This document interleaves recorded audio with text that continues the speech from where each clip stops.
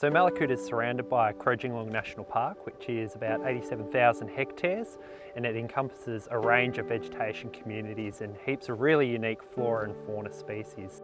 Leading up to the fires, we had a lot of drought. Some moisture measurements were taken by DeWalt before the fires came through, and the moisture content was about the same as in the Mallee. That year was really bad for bushfires. It was incredibly dry.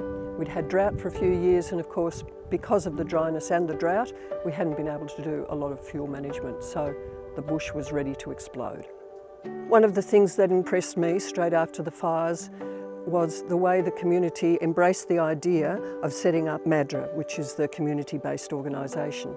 And one of the things that made us feel that we could go with that idea was the fact that the Bendigo Bank came behind us immediately and offered its support, offered its financial advice. That was a huge relief to us. The money that would come from donations, and there have been a lot, would be in safe hands. It's really important to support local communities in crisis because we're there for the local community. We're part of it, and it's part of our DNA.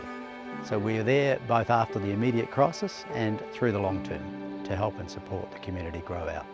We've donated $4.3 million into the local community and the solar farm that is yet to be built. Prior to the bushfires, Mallacoota was powered by a single line over 240 kilometres long. We have had many issues with outages. Our power went out over 24 hours prior to the fire actually arriving. The solar farm is being built on East Gippsland Water's wastewater treatment plant to provide sustainable energy to this community. So the solar farm will directly contribute to the length of time that our microgrid will sustain itself.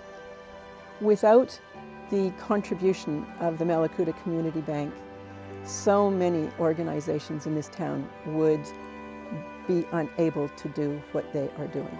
And without their support, our lives here would not be what they are.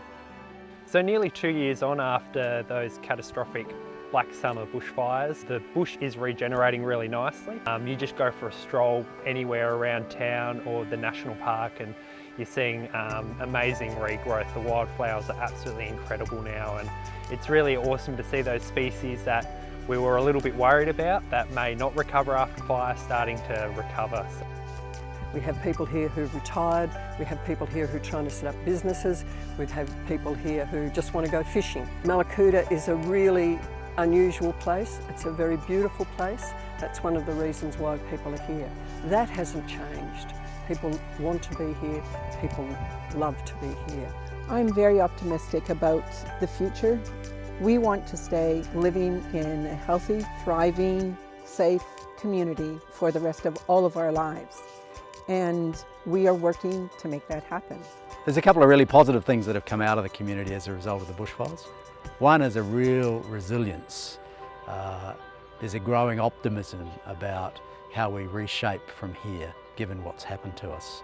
A tremendously positive community spirit has arisen, even though we've been through tragedy.